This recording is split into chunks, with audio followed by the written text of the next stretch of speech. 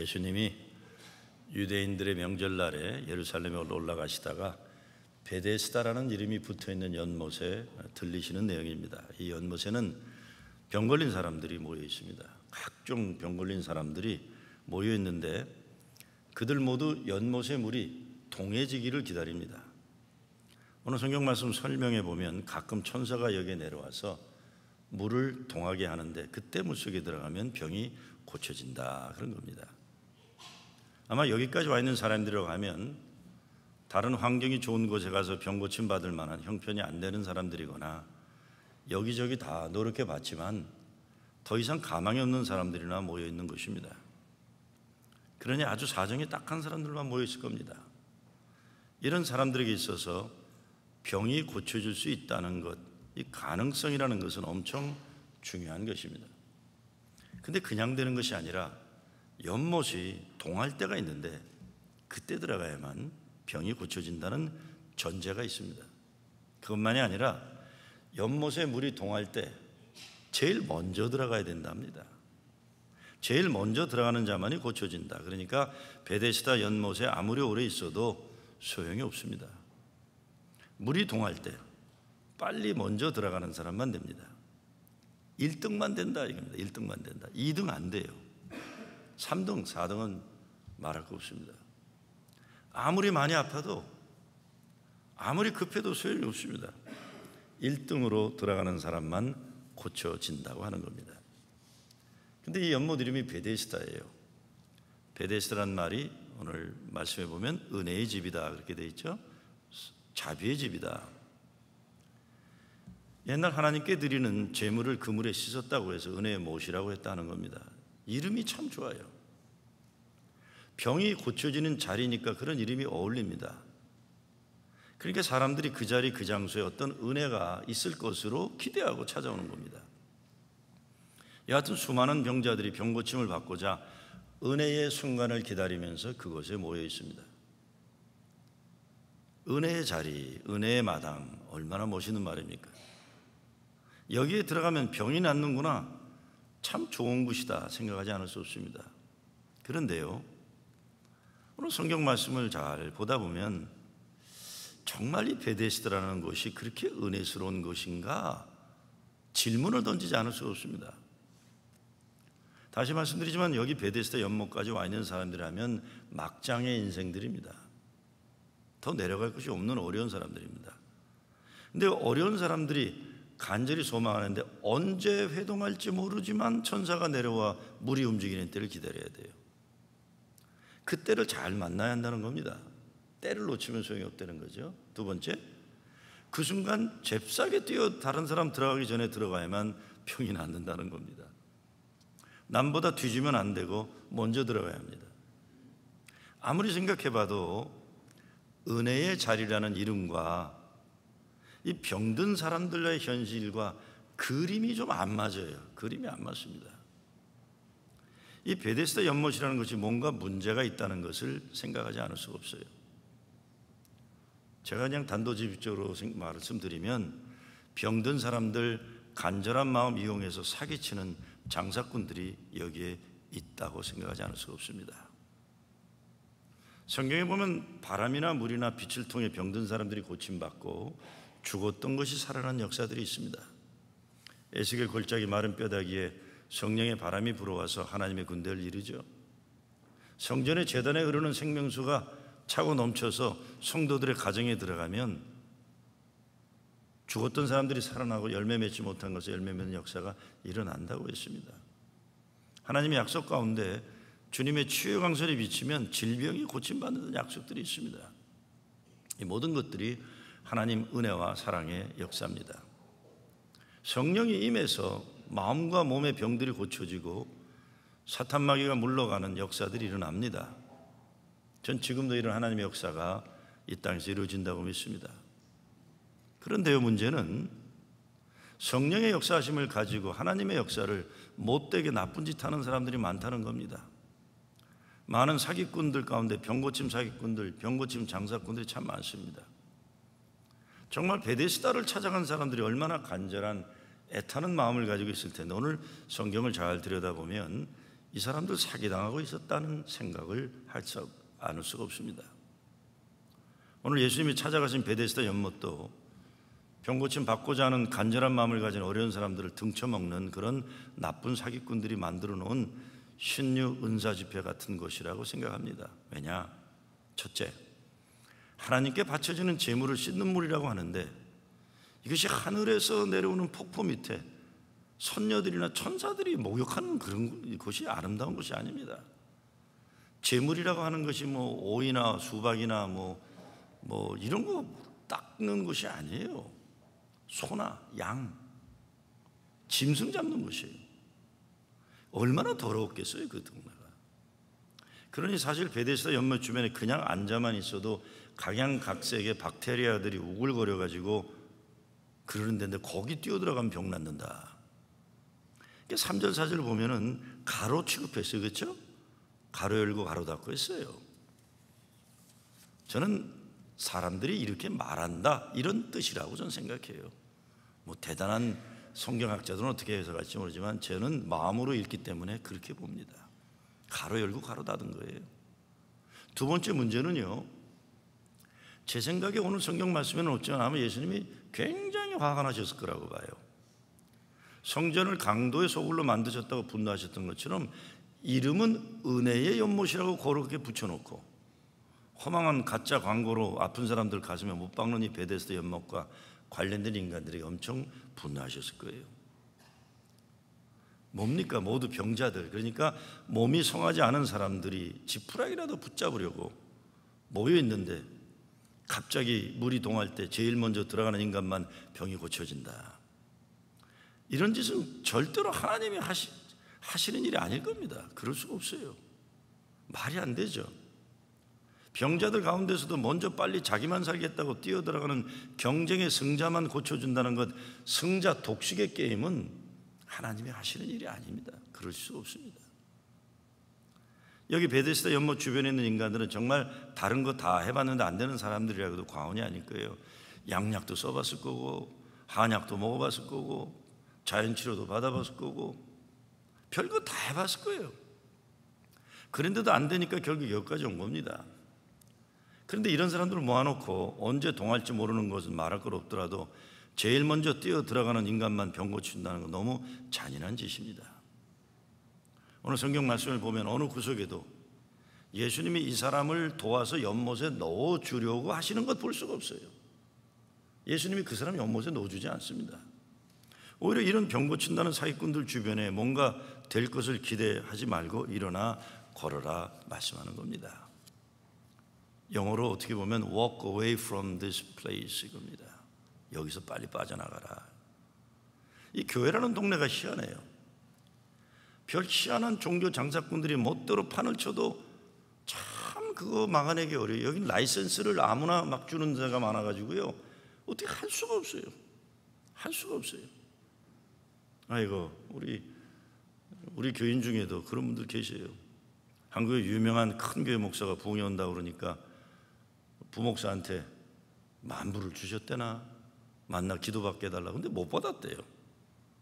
중간에 그거 아마 떼어먹은 것 같아요. 누가. 그런데 저는 정말 그 목사님이 그랬을지 그건 전 몰라요. 근데 아니, 목사를 만나는데 그렇게 큰 교회 목사가 무슨 기도해 주면서 돈 받을 게 필요해요? 그렇잖아요.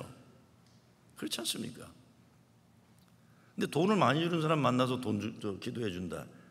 이게 뭔가 잘못된 거죠. 절대로 속아 넘어가지 마십시오. 그런 거 없어요. 그런 거 없습니다. 참 희한한 동네예요. 이 특별히 종교 장사꾼들, 사기꾼들의 공통점은 자기들이 특별한 어떤 신령한 은사를 소유한 것으로 자기 자랑을 해요. 신문회 같은 데 봐도 우리 신유 은사 집회하는데 이 목사님은 허리 담당이다, 이분은 당뇨의 전문이다. 그러지 마세요. 그런 데 가지 마세요. 그 병원에 가세요. 병원에. 정말 주님의 손에 만져져 가지고 고침받는 역사를 부인할 수는 없어요. 그런데 사기꾼들에게는 속아 넘어가지 마시라는 거예요. 치유의 기적은 사랑하는 사람들의 기도 가운데 역사하는 겁니다. 여러분을 알지도 못하고 사랑하지 않는 사람이 손 놓는다고 펄떡펄떡 일어난다? 조심하세요. 그런 거 없습니다. 사랑하는 자들의 기도 가운데 역사하는 능력이 일어나는 거죠. 그런데요, 어떤 그 기도원이나 신유 집회하는 장사꾼들만의 문제가 아니라 고상한 분위기로 일어날 때도 많아요. 대표적인 것들이 사람들이 인위적으로 연출해내는 치유와 기적의 쇼들이 그게 문제가 많아요. 무엇보다 먼저 뛰어들어가는 자만 고침받는다는 건 십자가 은혜의 보혈을 무효화시키는 인간의 능력과 자격, 상급을 얘기하는 거예요. 요즘 애들은 뭐 천국에도 그냥 가서 다 똑같이 들어가지만 거긴 상급이 따로 있다 그래요. 그래서 뭐 어떤 사람은 아파트도 금으로 된 아파트고 상급에 따라 은으로 된 게 있고 동으로 된 게 있고, 천국에 가도 시립 아파트에 간다면 일단 부흥회하는 사람도 있더라고요. 속지 마세요. 예수님 말씀과 전혀 관계가 없어요. 이런 일들은 예수님 십자가 은혜 역사에 관계없는 것들입니다. 그러니까 우리가 정말 정신 차려야 됩니다. 저는 기도를 통한 하나님 최의 역사를 믿습니다. 은혜로 병 고침을 받아요. 무엇보다 이런 일들이 특별히 병원 시설이 없어서 좋은 의사들을 만나기 어려운 선교지에 가면 많이 일어납니다. 전 지금 한 15, 16년 전에 그 당시만 해도 중국에서 지금 삼자교회처럼 발달하지 않고 옛날에 굉장히 어려울 때 지하교회가 있을 때입니다. 북경까지 가서 10시간 기차 타고 가서 거기서 또 버스로 5시간 가서 조그만 택시로 3시간 가서 진짜 고생했어요. 왜 이렇게 이러냐 그랬더니 중국 공안을 피해야 된다고 그래서 진짜 고생하면서 간 적이 있었습니다. 그런데 그렇게 찾아갔는데 어느 농촌에 헛간 같은 데를 저희를 데려가는데 문이 열리니까 보니까 헛간 안에 빽빽하게 100몇 명의 젊은이들이 앉아 있는 거예요. 그냥 언제 올지 모르는 미국에서 온 목사를 기다리려고 찬송이 시작되고, 그래서 거기 뭐 강의해달라고 해서 무슨 강의를 하겠습니까? 또 그냥 뭐 얘기하고, 그랬더니 저를 또 어디 데려가요. 피곤해 죽겠는데 갔더니 어느 호름한 집인데 사람들이 많이 모여 있어요. 중간에 보니까 어느 부부가 한 10살은 될 것 같은데 중증 장애가 걸린 아이를 안고 있어요. 그러니까 뭐 몸을 계속 비틀죠. 그러니까 뭐 제대로 병원 치료를 받아본 적이 없는 애 같아요. 근데 미국에서 온 목사인데 저거 안수기도를 하려는 거예요. 난감한 상황이에요. 그래도 어떻게 해요? 상황이 그런데. 그래서 그 아이의 머리에 손을 이렇게 댔고 기도를 하려고 입을 여는 순간인데, 참 그 침침한 농가에 거기 있는 그 아마 그 동네 소그룹 모임인가 봐요. 중국말이 얼마나 또 셉니까? 중국말이 센데 방언으로 나오니까 정신이 없이 세더라고요. 막 방언으로 기도를 하는데 가만히 있어도 하늘문이 열릴 것 같더라고요. 근데 저는 어떻게 해요? 사람들이 저 보고 있는데 제가 손을 얹어서 이 아이가 나야 되잖아요. 진짜 하나님 여기서 망신당하면 어떡합니까? 주여, 막 저도 소리 지르면서 되지도 않는 방언으로 막 그냥 열심히, 진짜 열심히 기도했어요. 열심히 기도했어요. 기도가 끝났어요. 그 아이가 있는 그대로예요. 그래도 제가 기도했으면 벌떡 일어나야 되는데 중증 장애가 얼마나 힘든 장애인가. 그런데 그 부모가, 저는 중국말을 보니까 못 알아듣지만 엉엉 울면서 제 손을 잡고 고맙다고, 고맙다고. 제가 떠난 다음 하루에 이 아이가 벌떡 일어났을까요? 아니면 제가 떠나고 미국 온 지 한 달 후에 이 아이가 일어나갖고 예배 가서 찬양대하고 그랬을까요? 전 몰라요. 그 다음의 소식은. 제가 생각할 때 절대로 그런 일 없었을 거라고 생각합니다. 죄송합니다. 저에 대해 실망하셔도 할 수 없어요. 그런 일 없을 거라고 저는 생각해요. 그럼에도 불구하고 빽이 없고 힘없는 사람들, 가진 것이 없는 사람들, 병원에 갈 수 없는 사람들, 다른 곳에는 도움을 얻을 수 없는 사람들이지만 함께 사랑하기 때문에 울며 하나님께 매달린 그 기도의 자리가 하나님 은혜의 자리 베데스다였다고 저는 확신합니다. 그리고 나와서 또 어느 모임에 갔는데 어느 할머니가 설교를 해요. 꼼꼼한 농촌인데 찬송가도 없고 거기 그땐 잡히는 때니까 다 외워서 부르는데, 제가 목사라는 걸 알리면 다 힘들어지니까 비밀로 하기로 하고 전 뒤에 이렇게 앉아 있었어요. 그런데도 비밀이 새나갔는지 이렇게 중국 할머니 연세 많은 분들이 오셔갖고는 내 옆에서 뭐라고 얘기하시는데 내가 못 알아듣잖아요. 근데 고개를 푹 숙이세요, 내 앞에서. 그래도 제가 못 알아듣고 모른 척하니까 내 오른손을 잡아다가 자기 머리에 중국 노인네들이요. 그게 무슨 뜻입니까? 안수해달라는 거예요. 그럼 조금 이따 다른 분이 또 오시고 다른 분이 또 오시고. 제가 선교사한테 물어봤어요. 왜 저분들이 비밀로 했는데 말도 안 통하는 목사한테 안수받길 저렇게 사모하냐 그랬더니, 목사님, 이런 중국 남부의 시골에는 몇 년에 한 번 가톨릭 신부도 오기 어렵고 개신교 목사도 오는 일이 많지가 않습니다. 그래서 안수받은 목사라고 하면 가톨릭 신부건 침례교 목사건 장로교 목사건 감리교건 전혀 상관없이 기회만 있으면 기도받기를 원한대요. 기회만. 왜? 안수받은 목사를 찾는다는 게 평생에 한 번 만나기 어렵겠지. 그런 간절한 가운데 하나님이 뭔들 못해 주시겠습니까? 몸의 병도 나을 거고 마음의 아픔도 치유받을 것이고 하나님이 그들의 가난한 심령을 사랑하실 테니 역사가 일어나는 겁니다. 지금 중국 가보세요. 교회 부흥의 역사가 어마어마해요. 어마어마해요. 지금 5천만이 예수 믿는 데나 큰 몇만 명 한족 교회도 조선족 사람들이 특히 여자도 담임하고 그래요. 아주 상상 못하는 기이한 일들이 중국에서는 일어나고 있어요. 그들과의 만남 가운데 주님이 계셨다고 저는 믿습니다. 그 자리가 베데스다죠. 우리는 예수 믿으면서 하나님 치유의 역사, 성령의 역사를 부인하면 안 됩니다. 문제는 사기꾼들이에요. 장사꾼들이에요. 요즘은 좀 뜸하지 모르지만 한동안 교회 현상 가운데 수준 높은 찬양팀들이 기가 막힌 조명과 음향을 동원해서 집회를 하면서 사람들의 감정을 올렸다 내렸다 하는 거예요. 이거 자꾸 하나님의 은혜라고 하는 거예요. 참 진짜 마음에 거슬렸어요. 하나님의 은혜를 인간들이 기획하고 계획하고 조종하는 게 아닙니다.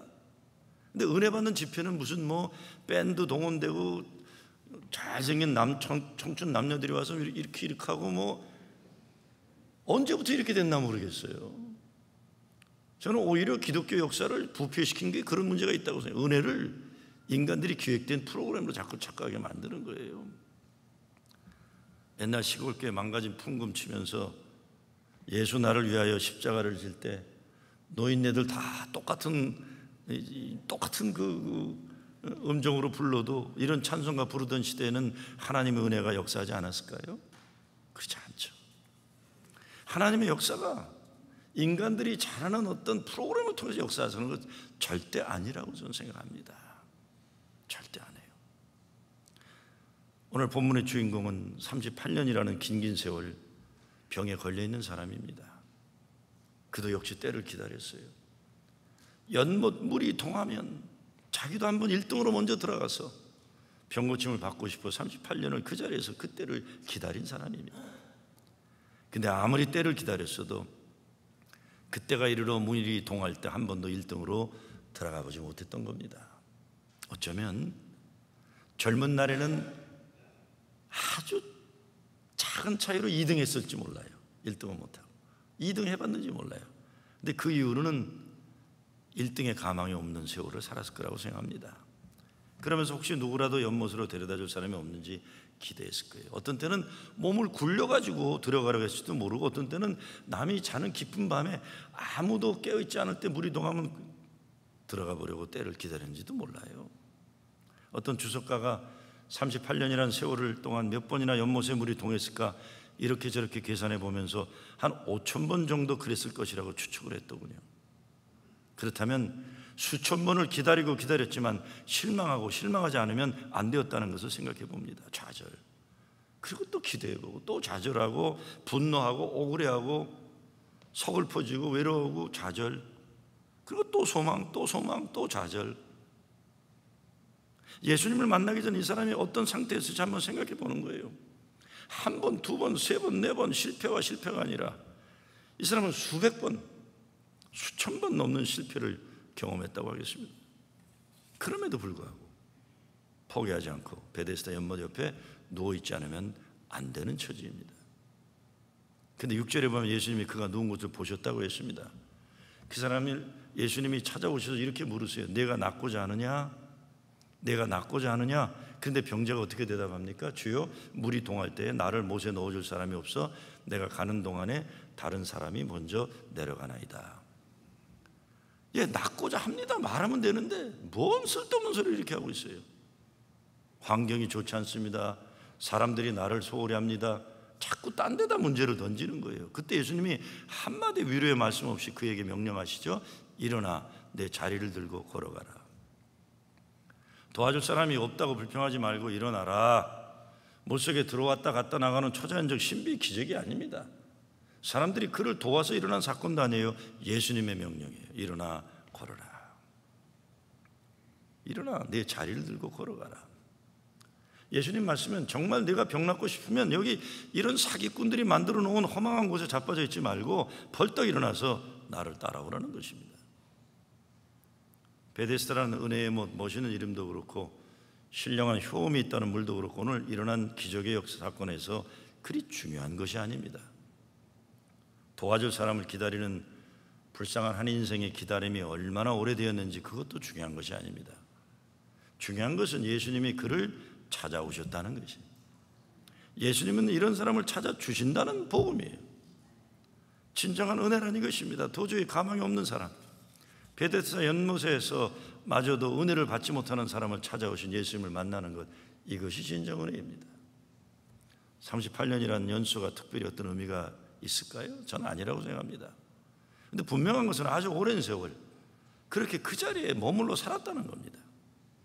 개인은 물론 교회 나아가서 민족의 역사에도 이런 문제가 있어요. 아주 오랜 세월 아무 변화 없이 그 자리에 그냥 있으면서 뭔가 달라지기를 바라기만 하는 겁니다. 제가 오늘 성경 말씀을 보다가 우리네 삶에도 베데스다라고 하는 그 자리에 38년간 막연하게 무엇인가를 기다리고 있던 여인과 같은 모습이 많다는 생각을 했습니다. 지난주간 미 연방의회에서 민주당 의원들이 국회에서 시린을 했어요. 계속 총기로, 아니 어떻게 개인들이, 정신 나간 개인들이 세마이어 오토매틱 웨폰을, 반자동 기관총을 마음대로 살 수 있는 세상이 이게 어떻게 된 놈의 세상입니까? 그러니까 수십 명씩, 지난주에는 올랜도에서 그랬지만 사람들이 수십 명씩 죽어가는 역사가 있는데도 법을 못 바꿔요. 법을 못 바꿔요. 그러니까 결국 데모한 거예요. 미국의 이런 비극적인 현실도 베데스다입니다. 베데스다. 어제가 6.25 66주년이었는데 우리 조국 분단의 현실도 이것이 아닐까 생각합니다. 통일이 되어도 벌써 되었사는 한편 나는 한민족인데 오늘까지 분단의 비극은 계속되고 있습니다. 교회의 현실도 마찬가지예요. 전도의 문이 점점 막혀가는 이 시대 복음 전파 어려움도 베데스다의 현실입니다. 예수님은 우리네 가정이나 교회나 민족이나 나라 문제도 남들이 해줄 것 생각하지 말라는 거예요. 우리에게 쓸데없는 생각들 하지 말고 남이 뭘 해줄 것 기대하지 말고 네가 해라 합니다. 일어나 걸어라. 오늘 이 병자도 보면 남들이 자기를 도와주지 않는다는 말을 먼저 하죠. 저는 부족하지만 한반도 통일에 오랜 세월 관심을 가지고 살아왔습니다. 그런데 통일에 관한 어떤 큰 대회를 할 때마다 늘 반복되는 일이 있어요. 이게 뭐냐면 꼭 성명서 발표를 해요. 성명서 발표하면 꼭 누가 잘못했는지, 역사의 죄는 누가 했는지 그거를 한 거예요. 주로 통일에 관한 이런 하락이 되면 미국이 잘못했다, 남한 정권이 잘못했다, 그리고 북한도 조금 잘못했다, 뭐 이런 식으로 나와요. 어떤 사람들은 한반도 분단의 원죄가 미국에 있다. 정말 그렇습니까? 미국 잘못입니까? 잘못이 있겠죠, 미국도. 그런가 하면 어떤 사람들은 모든 문제가 북한에 있다고 그래요. 북한이 잘못이 없습니까? 잘못이 있겠죠. 북한이 중요한 분단의 책임 당사자입니다. 그렇지만 분단의 역사 60년 지나 이제 70년이 가고 있어요. 대한민국 군사비용이 북한 군사비보다 수십 배 많아요. GNP는 대한민국 GNP가 북한의 100배가 넘어요. 대한민국은 미국 군대가 주둔하면서 중국 군사 작전권을 가지고 있어요. 이런 시대에 모든 죄가 북한에 있다는 것 설득력이 약합니다. 저는 대한민국 자라면서 내가 배운 역사가 문제가 있었는지 그 5,000년 역사에 우리나라는 한 번도 잘못한 게 없더라고요. 다 중국 잘못이더라고요. 보니까. 아니면 일본 잘못이에요. 역사 공부를 우리 그렇게 한 것 같아요. 우리는 한 번도 백이민족이기 때문에 평화를 사랑하는 백이민족, 우리는 잘못한 적 한 번도 없어요. 다 중국 잘못이더라고요. 다 일본 잘못이. 그리고 80년대 제가 역사 공부해 보니까 이게 다 미국 잘못이더라고요. 또요. 그런데 세월이 지나면서 보게 되는 현실은 역사를 그렇게 볼 수 있는 것인가? 아니라는 생각을 하게 됩니다. 미국 잘못도 아니고 남한 잘못도 아니고 북한 잘못도 아니에요. 내 잘못이에요. 내 잘못. 김정호 잘못이고 이효섭 잘못이에요. 이거. 그렇다고 미국 잘못 없다는 것도 아니고 남한이나 북한 잘못 없다는 것도 물론 아닙니다. 정말 심각한 문제는 내가 일어나 고르려고 하지 않는 거예요. 오는 7월에 다음 주에 한국교회협회 대표단이 미국 나성에서부터 버스를 타고 워싱턴까지 오면서 평화협정을 위해서 100만 명 사인 캠페인을 한다고 해요.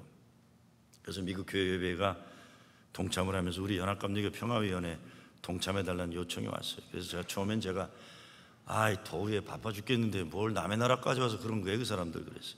그리고 우리 이민교회 현실 먹고 살기도 바쁜데 버스 타고 다니면서 소풍 오는 사람들 밥 사주는 건 안 하겠다고 그랬어요. 그랬더니 다시 연락이 왔어요. 목사님 왜 그러세요? 근데 그러면 안 되겠다고 생각했어요. 뭐라도 분단의 역사를 종식하려고 하는 노력이라면 도와줘야 되겠다 이렇게 생각하는 겁니다. 나부터. 제가 몇 년 전에 애틀랜타에 열렸던 에큐메니카 한반도 평화 컨퍼런스 마지막 날 성명서 작성하는 모임에 걸렸는데 이 성명서 작성하는 시간은 제일 똑똑한 사람들이 모이는 시간입니다. 근데 제가 그랬어요. 성명서 작성할 때 미국 잘못, 북한 잘못, 박근혜 대통령 잘못 이런 얘기 좀 그만하자 그랬어요. 그만들 좀 하자. 그거 하기 전에 우리 기독교인들이 잘못했다는 회개 기도문부터 발표하자 그랬어요. 우리 예수 믿는 사람들인데 회개부터 하자. 이게 어떻게 다 미국 잘못이고 북한 잘못이고 박근혜 대통령 잘못이냐. 기독교인들 잘못이라고 회개부터 하자 좀. 원수를 사랑하라고 하신 예수님 말씀 따르지 않은 죄, 평화 일꾼이 되려가신 말씀 듣지 않은 회개하는 기도문부터 하자. 제가 하도 심각하게 얘기하니까 성명서 쓰는 측에서 제안을 했어요. 그러면 2개 다 냅시다. 그래가지고 저를 중심으로 기도문 쓰는 그룹. 나는 성명서에 안 껴주더라고요. 머리가 나쁜지. 머리 좋은 사람은 성명서 그룹. 저는 그랬어요. 한국신문에 발표할 때는 성명서는 발표하지 말라고 그랬어요. 그냥 미국 사람들만 하고 우리는 회개기도문만 발표해라. 99만년 다른 사람들이 잘못했다고 아무리 해도 역사 안 바뀝니다. 내가 바뀌어야 돼요. 내가 교회를 위해서, 나라를 위해서, 조국을 위해서 뭔가 쓸모있는 일을 해야만 바뀌는 거지. 이거만 맨날 미국 잘못이고 북한 잘못이고 김일성 잘못이고 박정희 잘못이고 안 바뀝니다. 안 바뀌어요. 오늘 예수님과 이 병자를 보면 생각나는 복음성이 있어요. 일어나 걸어라 합니다. 일어나 걸어라. 나의 등 뒤에서 나를 도우시는 주, 나의 인생길에서 지치고 고나요 매일처럼 주저앉고 싶을 때 나를 밀어주시네. 나의 등 뒤에서 나를 도우시는 주, 평안히 길을 갈 때 보이지 않아도 지치고 고나여 넘어질 때면 다가와 손 내미시네. 나의 등 뒤에서 나를 도우시는 주, 때때로 뒤돌아보면 여전히 계신 주. 왜 안 계시는 것 같으니까 자꾸 뒤돌아보잖아요. 잔잔한 미소로 바라보시며 나를 재촉하시네.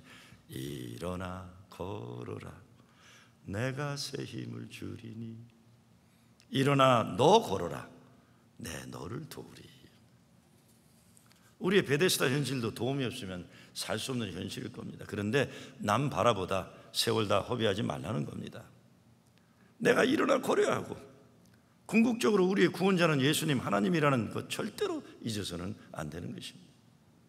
그런 믿음 없으면 예수 믿는다고 할 수 없습니다. 그리고 오늘 성경 말씀에 보면 이 사람이 어떤 병에 걸렸는지 확실하지가 않습니다. 여러 종류의 사람들인데 이 사람에 대해서는 병자라고 했는데 영어 NIV 버전 번역을 보면 그 사람의 병명을 invalid라고 했어요. invalid. 여러분 invalid라는 게 뭡니까? valid하지 않다. 제가 여권이 만기돼 갖고 미국 패스포드를 새 거로 신청했더니 옛날 거하고 새 거가 오는데 옛날 거는 구멍이 뻥 뚫려 있으면서 invalid 이렇게 돼 있어요. 이거는 무효다. 이건 못 쓴다. 이게 말하자면 이 사람은 무효화된 사람이에요. 세상에서 무효화 선언된 사람이에요. 38년이라는 긴 세월 무효 선언받은 존재를 예수님이 만나셨고 그에게 일어나 걸으라 명하신 겁니다. 참 어떻게 번역을 그렇게 했을까? invalid. 무효. 우리네 삶에도 나와 다른 사람은 무효하는 일 많아요. 문화가 다르거나 생긴 것이 다르거나 아니면 내 기준에 맞지 않는 거나 뭔가 아프거나 모자르거나 무효화 선언합니다. 우리가 저 사람 인벨리드야 이렇게 찍는 거예요. 특별히 분단의 역사를 살아오면서 이런 현상은 더욱 첨예하게 우리네 삶 속에 들어와요. 오늘 오빠 생각 꼭 보시려는 거예요. 어떻게 우리는 서로 무효화하고 있는지. 미국의 복합문화 다인종 문화를 살면서도 인종차별이라는 이런 무효화 그 문화에 우리가 익숙해 있어요. 상황과 내용에 따라 작게 또는 크게 서로 무효 선언하며 살고 있는 건 비극이에요. 비극. 정말 우리 남들을 무효하는 거 너무 쉽게 하잖아요. 나이가 좀 많아서 조금만 많아도 시집장가 못 가는 무효한 사람 친구가 취급해요. 에이 넌 끝났어. 뭘 끝나요? 끝나긴 시집 안 간다고 뭐 끝나는 거야 인생? 여러분 시집가서 행복하십니까? 자기도 행복하지 않으면서 자꾸 딴 사람들 그딴 소리들 하지 마세요. 이혼해봐. 이혼하면 저 여자 인벨리드 그래요. 뭘 그렇게 자기가 뭐라고 남을 인벨리드 합니까? 종교만 달라도 무효하고 인종 달라도 무효하고. 교회들 보면요 자기 교회하고 싸운 다른 교회를 무효하려고 그래요. 또 서로 무효하면 다 무효되는 거예요. 누가 남아요? 누가? 여러분 다른 교회 무효하지 마세요. 어느 교회라고 얘기 안 하겠어요 제가. 왜 감히 남을 무효합니까 여러분이? 다 인벨리드라고 찍어놓으면. 근데 예수님은 세상이 무효화 선언한 인간을 찾아오셔가지고 천하보다 사랑하신다는 하나님 사랑의 유효를 선언하시는 거예요. 이것이 치유고 이것이 회심이고 이것이 거룩한 소명을 가지게 되는 거예요. 오늘 성경의 말씀의 복음은 예수님이 이 사람을 찾아오셨다는 겁니다. 우리가 해야 하는 일은 나를 찾아주신 주님을 환영하는 거예요. 네가 낫기를 원하느냐? 내 문제는 베데스다 연못이 아니다. 내 문제는 너를 도와줄 사람이 없다는 외로움도 아니고 운명적인 비극도 아니다. 네가 필요한 건 나다. 예수님 나다. 정말 중요한 것은 인벨리드 무효화된 인생에서 하나님의 모든 것에 유효화된 하나님의 자녀로 살아가는 엄청난 축복을 누리는 거예요. 그렇게 살아야죠. 예수님과 인격적 만남입니다. 예수님 이 인간을 불쌍히 여기거나 위로해 주지 않으세요. 영어 성경으로 보면 단호하게 소리 지르세요. Get up, pick up your mat and walk. 일어나 내 자리를 들고 걸어가라. 제 언어로 번역하면 일어나 내 자리를 들고 걸어가라. 제 언어로 번역하면 이렇게 번역할 거예요. 거기 자빠져 있지 말고 벌떡 일어나서 가라 이러는 거예요. 38년 자빠져 있어도 소용없다. 일어나 걸어가라는 거예요. 하나님의 은혜란 위로해 주면서 그 사람 그 자리에 그냥 있도록 만들어주는 거 아닙니다. 아무리 고상한 말로 위로해 줘도 소용없어요. 엉덩이를 걷어차더라도 그 자리를 빨리 나오게 해줘야 돼요. 빨리 나가요. 이 자빠져 있지 말고 나가라 지금. 여기 있어 소용없다. 예수님 붙잡고 나가야 된다는 거예요. 일어나라. 남 핑계대지 말고 세상 탓하지 말고 일어나라. 여러분 세상 탓하는 건 남 핑계대는 거 버릇입니다. 버릇이에요. 교회도 보면요 입만 열면 다른 사람 잘못이라고 얘기하는 사람들이 있어요. 그대는 뭐하고 계셨나? 그대는 뭐하는 분이신가요? 일어나라. 핑계대지 말고. 예수님이 던지신 질문이 뭡니까? 네가 낫기를 원하느냐? 이 질문을 분석해 보면 병고침을 간절히 소원하는 바로 그 당사자가 자기 인생에 대한 분명한 주인의식을 가지도록 하는 질문이에요. 세상 불평하거나 남 탓하거나 그렇게 살지 말고 자기 자신의 인생의 주인답게 자신의 필요를 당당하게 예수님께 말하는 거예요. 자기 인생인데 길바닥에 쓰러져서 세상 어쩌고 저쩌고 그런 쓸데없는 소리 하지 말고 일어나라, 명령입니다. 그런데 이 안진뱅이가 누구예요? 저와 여러분이에요. 또 예수님을 만나야 하는 모든 우리 이웃들입니다. 예수님 만나야 살 수 있는 사람들이에요. 한번 생각해 보세요. 우리가 조금만 예수 믿는 자신감을 가지고 예수님의 사랑, 예수의 생명의 복음을 전하기를 간절히 기다렸던 사람들이 얼마나 많았을까. 그랬으면 그 사람이 더 이상 이 베데스다 연못가에서 기웃기웃거리면서 38년이란 긴 세월 무효화된 존재로 살지 않고 일어나 걸었을 텐데, 이 시간 여러분이 고침받아야 할 병이 뭡니까? 아프지 않은 사람 천하에 없어요. 저는 목회하면서 얻은 현실의 진리 딱 하나예요. 모든 인간들 다 문제가 있다는 거예요. 두 번째 진리는 모든 인간은 다 예수님 만나야 된다는 거예요. 세 번째 진리는 예수님 만나면 살 수 있다는 거예요. 다 문제가 있어요. 우리 주님이 지금 이 시간에도 여러분에게 일어나 걸어라 선언하심을 믿으시기 바랍니다. 언제까지 내 인간적인 자존심 때문에 주님 앞에 무릎 꿇지 못하고 영적인 많은 안진뱅이 생활을 고집할 것입니까? 육신의 병보다 더 비참한 건 마음의 병이에요. 마음의 병보다 더 비참한 건 내 영이 죄 때문에 영원한 저주에 빠지게 되는 겁니다. 그것이 무엇이든지 예수님을 만나지 못하게 하는, 예수님 앞에 무릎 꿇지 못하게 하는 모든 세상의 얽매임으로부터 해방되어야 됩니다. 베데스다 은혜의 집은 장소가 아닙니다. 바로 예수님 그분이세요. 예수님 계신 그 자리. 그래서 예수님 만나고 일어나 걸어야 합니다. 예수님께 분명히 말씀드려야 돼요. 주님, 내가 낫기를 원합니다. 예수님이 38년 동안 무효화 선언했던 그 병자를 걷게 하셨으니 나도 일어나 걷게 해주세요. 쓰러지고 넘어져도 다시 또 일어나야만 하는 거예요. 이 사람 수천 번 넘어진 사람. 예수님 만나 다시 일어나 걷는 여러분 되시길 주의 이름으로 축원합니다.